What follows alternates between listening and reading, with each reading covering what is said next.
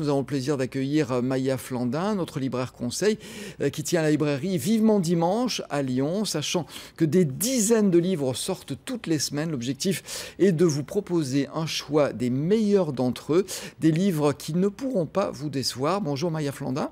Bonjour. Merci de nous rejoindre, de nous avoir apporté de si beaux livres. On va commencer par un livre qui est destiné, on va dire, plutôt au jeune public, mais pour les grands, c'est un vrai bonheur aussi. Il s'appelle À l'intérieur des méchants. Il est signé Clotilde Perrin, c'est chez Seuil Jeunesse. Il y est question de loups et de sorcières, j'imagine. Oui, les méchants dans les contes, c'est le loup, la sorcière et l'ogre. Alors, les petits et les grands adorent en général effectivement ce genre d'ouvrage. Celui-ci, il est très intelligent parce que quand on ouvre effectivement, on a un conte. Là, on peut rentrer dans le personnage carrément et voir ce qu'il a dans la tête et voir ce qu'il a dans le corps aussi, ce qu'il a mangé. Donc, on suit ce qu'est un loup.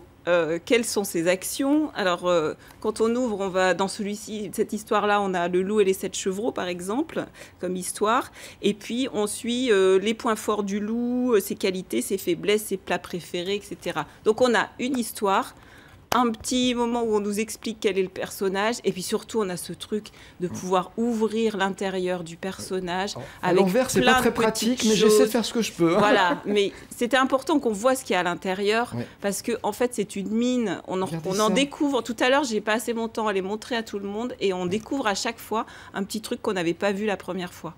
Voilà, donc c'est infini. Je trouve que les illustrations sont absolument splendides. C'est une autre manière de redécouvrir des contes.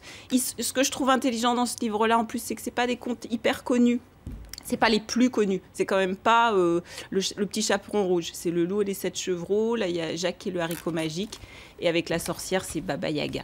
Si vous pouvez juste montrer quand on lui tourne le nez là pour voir qu'elle devient méchante. Il y a du travail. Les méchants, c'est quand même les personnages qu'on préfère dans les contes. C'est les plus complexes, c'est les plus intéressants. Oui, c'est les plus intéressants. C'est eux qui font avancer l'histoire. Et donc, ce que je trouve bien dans ce livre, c'est que je le conseille à partir de 5 ans, parce que sinon, plus petits, les enfants souvent ont envie d'aller voir ce qu'il y a derrière et puis ils vont tout arracher. Mais les parents ne vont pas s'en lasser non plus de les lire et de redécouvrir à chaque fois ce qu'on retrouve derrière. Ça s'appelle À l'intérieur des méchants, signé Clotilde Perrin, qui est une Vosgienne. Je pense qu'elle s'est inspirée de la forêt des Vosges et de ce qui s'y passe, bien évidemment. On va passer à un roman, Légende de Sylvain Prudhomme, chez l'Arbalète Gallimard. L'histoire de 2 amis, l'un qui est réalisateur à 16 heures, s'intéresse aux 2 cousins de son ami, de son compère, pour trouver l'inspiration, c'est ça? Oui, alors l'histoire peut paraître un peu complexe comme ça, donc il faut savoir que effectivement Sylvain Prudhomme là, nous emmène dans l'Accro. Donc c'est ce désert de pierre aux alentours d'Arles. Il nous fait découvrir une région d'une manière assez magnifique. Il a vraiment une très très belle langue. Et c'est vrai que le point de départ, donc c'est Matt, un Anglais, qui se dit tiens, je vais enquêter sur un lieu un peu emblématique de cette région. C'était une boîte où on allait faire la fête à partir des années 70 et où tout le monde se réunissait, des gens très people, des gens plus simples, il y avait des bergers, etc. Et c'est devenu complètement mythique. Et puis en tirant le fil, en essayant de savoir ce qui s'est passé dans ces périodes-là, effectivement, il tombe sur la famille d'un de ses meilleurs amis et il trouve l'histoire de 2 frères. Donc cette histoire qui a vraiment existé, il s'est inspiré de ça, qui sont morts le même jour. Donc ces 2 frères complètement, qui paraissent maudits, sont morts le même jour à 5000 km d'écart. Et en fait, en farfouillant un petit peu dans leur vie, on va se rendre compte que c'est vraiment 2 personnages qui deviennent, ça s'appelle légende, c'est pas pour rien, qui deviennent complètement mythiques dans la région parce que ils ont brûlé la vie par tous les bouts. Ils ont permis à toute l'adolescence du coin de se découvrir, de comprendre ce que c'est que la musique, la fête, d'avoir des envies et d'avoir pour un des personnages principaux, Nel, cette vocation de photographe qui fait qu'il va photographier sa région qui est absolument superbe. Légende, on va passer à une bande dessinée, il y en a pour tous les goûts aujourd'hui. Oui, aujourd'hui on fait qui s'appelle Revoir Paris, signé François Schuiten et Benoît Peter, c'est chez Casterman.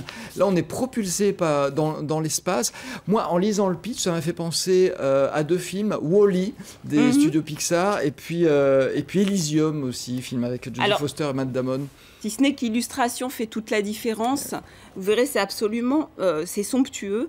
Alors, effectivement, l'histoire, c'est une espèce de communauté, une colonie spatiale qui s'est installée très loin de la Terre parce que la Terre devenait dangereuse. Polluée, oui. Voilà, polluée. Et puis on suit une jeune femme, Karine, qui, elle, sait qu'elle a des origines terriennes et qui, du coup, est mise à la tête d'une expédition. Alors elle vient sur la Terre, ils mettent 6 mois, hein, c'est toute une aventure de venir sur la Terre, c'est pas si simple. Et elle, en fait, elle a cette idée derrière la tête de se dire, je vais retrouver mes origines. Et donc ce titre, Revoir Paris, c'est aussi redécouvrir pour nous complètement la ville. Ce qui est étonnant, c'est qu'on est dans le futur, et en même temps, on va découvrir un Paris futuriste et désuet, dont les sites principaux ont complètement été protégés et sont encore magnifiques à voir. Et du coup, ce que je trouve très intelligent là-dedans, c'est que on est à une espèce de nostalgie, parce qu'on est au 22e siècle, du Paris, en fait, du Paris d'aujourd'hui, finalement, du Paris dont on pourrait tout simplement, nous, aujourd'hui, profiter. Et on nous montre à quel point, au niveau architecture, c'est magnifique. Voilà. Alors, on va terminer avec le poids lourd. Pardonnez-nous, on a pris du retard aujourd'hui. Oui. Mais le poids lourd, il s'appelle Un œil sur la musique, 1980-2016, signé Richard Bellia, chez Commande du Livre, 5 kilos, je ne sais plus combien de photos, 1 millier, sinon 1200 photos, ouais. effectivement, mais il faut passer, 800 pages. Il faut oublier les chiffres, alors parce que c'est un vrai beau livre. Ce ne sont pas que des chiffres, ce livre, si ce n'est que j'ai quand même eu du courage de vous l'apporter jusqu'ici, 5 kilos. Mais en fait, ce qui est intéressant, c'est que Richard Bellia, donc sur 35 ans, nous montre là l'ampleur de son travail, à quel point il a réussi à capter, parce que qu'est-ce qu'il a photographié pendant toutes ces années-là? Ce sont des scènes rock. Et donc, on y voit des musiciens les plus grands. Hein. Il y a Björk, Joe Strummer, mais il y a aussi, par exemple, des gens comme Léo Ferré ou bien Bowie, Robert Smith. Enfin, vraiment, vous allez voir, c'est très éclectique. En même temps, ça nous dit plein de choses d'une époque. Et surtout, ce qu'il a capté, je trouve, c'est une énergie, une folie, une ambiance de concert. Mais il y a les artistes en eux-mêmes qui jamais ne posent. C'est toujours des photos très naturelles.